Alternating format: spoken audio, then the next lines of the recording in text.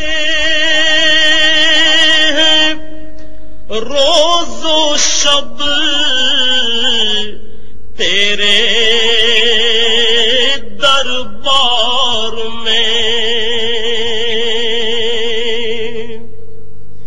جو پڑھا کرتے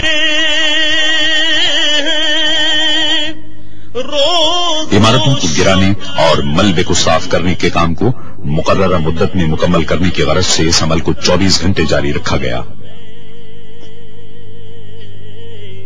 پیش کرتا ہے ظہوری۔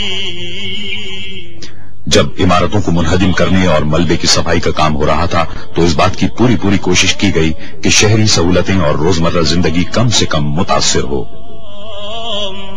پیش کرتا کار پارکنگ کے عارضی مقامات، سڑکیں اور پیدل چلنے والوں کے لیے فٹ پاتھ تعمیر کیے گئے تاکہ نمازی ہمیشہ آسانی اور سہولت کے ساتھ مسجد آ سکیں۔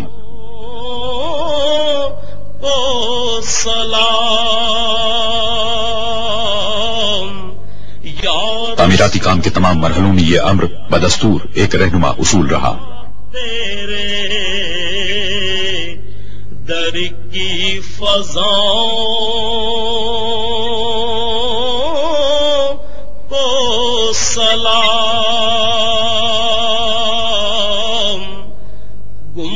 17 محرم الحرام 1406 ہجری کو مسجد کی توسیع کے لیے بنیادوں کی کھدائی کے ساتھ ہی تعمیراتی کام کا آغاز ہو گیا۔ مسجد کے ارد گرد کا علاقہ صحرائی ریت کا ہونے کے باعث غیر مستحکم تھا اور عظیم الشان ڈھانچے کو سنبھالنے کے لیے بنیادوں کی تعمیر کی جدید ترین ٹیکنالوجی کی ضرورت تھی۔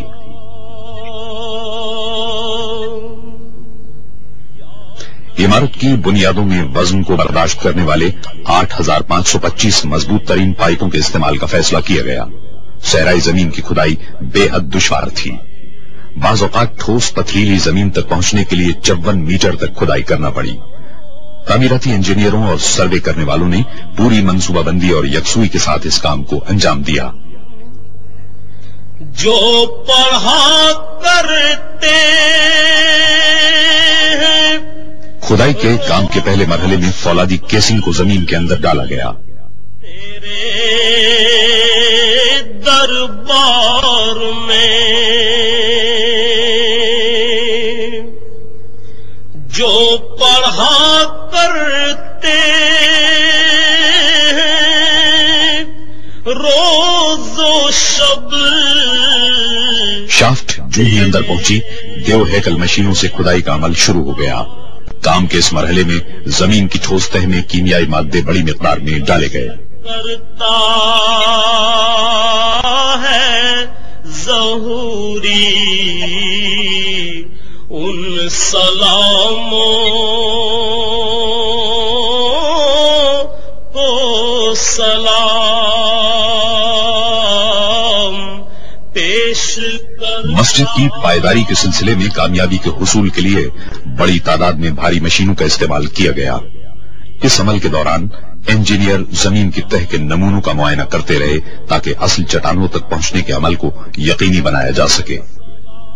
وہ مقامات جہاں بھاری ساختوں مثال کے طور پر نئے میناروں کی ضرورت تھی، وہاں جھٹکے برداشت کرنے والے جیکٹوں کے علاوہ فولاد کی کیسنگ بھی استعمال کی گئی۔ فولاد کی کیسنگ کی اندرونی اور بیرونی جگہوں پر کیمیائی مادے ڈالے گئے تاکہ نئی عمارت کو ہر قسم کے معائب سے محفوظ رکھا جا سکے۔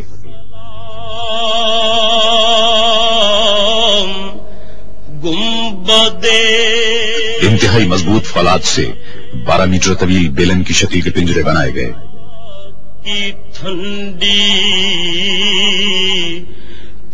اصل پوزیشن کو سنبھالنے کی غرض سے ان پنجروں کو کنکریٹ کی مدد سے نصب کیا گیا۔ 12 میٹر کی لمبائی کی زمین کی تہ میں اتارنے کے بعد ویلڈنگ کر دی گئی۔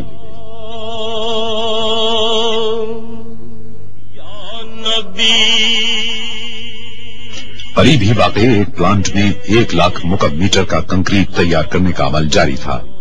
توسیع منصوبے کے دوران ہر مرحلے کی مناسب انداز میں رہنمائی کی گئی۔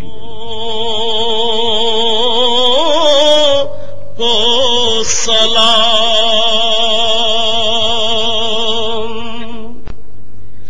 جو پڑھا کرتے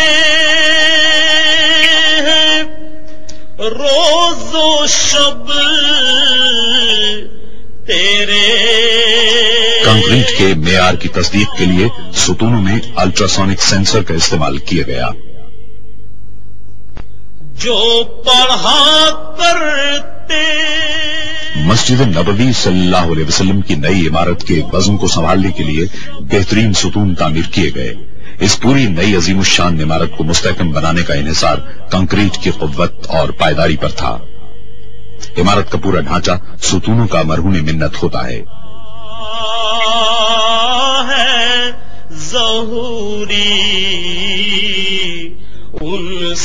اس ہال کی بنیاد میں کنکریٹ کے مقابلے میں فولاد کا استعمال زیادہ کیا گیا ہے تاکہ اس عظیم الشان ڈھانچے کو بے حد مضبوط بنایا جا سکے. پیش کرتا تہخانے اور ستون کے لیے سریوں سے تیار کیے گئے اہم پنجروں کو بنیادوں سے اٹھائے گئے فولادی ٹاور کے ساتھ ویلڈ کر دیا گیا. سلام یا رسول اللہ. تعمیراتی کارکن دن میں 5 مرتبہ اپنا کام عارضی طور پر روک دیتے اور دیگر افراد کے ساتھ مسجد میں نمازیں ادا کرتے. نہ صرف یہ کہ پورے تعمیراتی کام کے دوران مسجد میں لوگوں کی آمد و رفت کی سہولت برقرار رکھی گئی بلکہ جب بھی ممکن ہوا زیر تعمیر عمارت نمازیوں کے لیے فراہم کی گئی.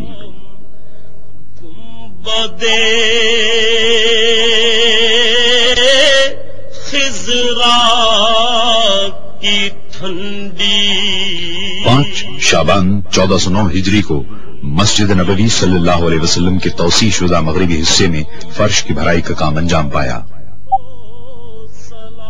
آس پاس کی عمارتوں کو منہدم کرنے کے کام کے آغاز کے 4 سال بعد بنیادیں پوری طرح مستحکم ہو چکی تھیں اور پرشکو عمارتی ڈھانچے کے کام کے لیے بنیادی تیاریاں مکمل کی جا چکی تھیں. اس عظیم الشان تعمیراتی کام کے دوران آخر کار تعمیر کا پہلا مرحلہ مکمل کر لیا گیا اور اس مرحلے کی تکمیل کے دوسرے دن باران رحمت مدینہ منورہ میں ہوئی. مسجد نبوی صلی اللہ علیہ وسلم کی توسیع کا ڈیزائن مصر کے ماہر تعمیرات ڈاکٹر محمد کمال اسماعیل نے تیار کیا ہے. مختلف رنگوں کے پتھروں کو آرائش کے لیے استعمال کیا گیا. اتنے عظیم الشان منصوبے کے لیے مناسب تعداد میں پتھروں کی فراہمی کی غرض سے اگر روایتی طریقے اختیار کیے جاتے تو 15 سال صرف ہوتے. تعمیراتی شیڈیول کے مطابق ایک ایسا میکانکی طریقہ درکار تھا جس کی بدولت پتھر 2 سال کے اندر دستیاب ہو جائیں. یا رسول اللہ. اس ضرورت کو پورا کرنے کی غرض سے تعمیراتی مقام سے 20 کلومیٹر دور دنیا میں مصنوعی پتھروں کی سب سے بڑی فیکٹری قائم کی گئی. کی فضاؤں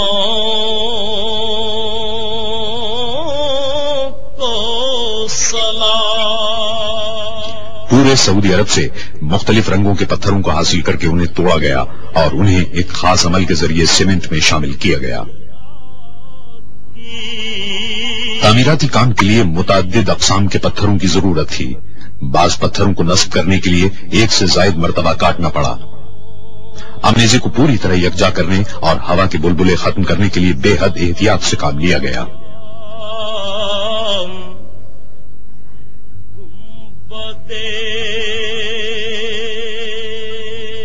پوری گنجائش کے ساتھ کام کرتے ہوئے فیکٹری میں یومیہ 750 پتھر تیار کیے گئے. مجموعی طور پر 5 لاکھ پتھر بنانے تھے. ان میں سے بعض کو آرائشی ستونوں میں نصب کرنا تھا.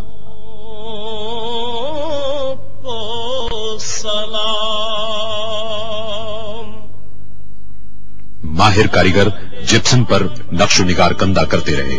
نقش و نگار کو نیگیٹو انداز میں کندہ کیا گیا تاکہ پتھر پر ان کا اصل نقش تیار ہو سکے.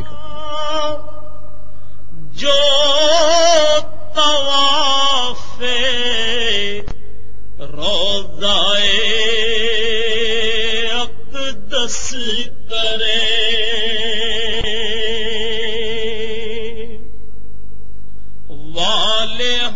نقش و نگار کندہ کرنے کے عمل میں متعدد جدید اوزاروں کی مدد دی گئی. اس کے بعد پتھروں پر مختلف کیمیائی اجزاء لگا کر 24 گھنٹے کے لیے چھوڑ دیا گیا تاکہ عکس واضح اور پائیدار ہو جائے.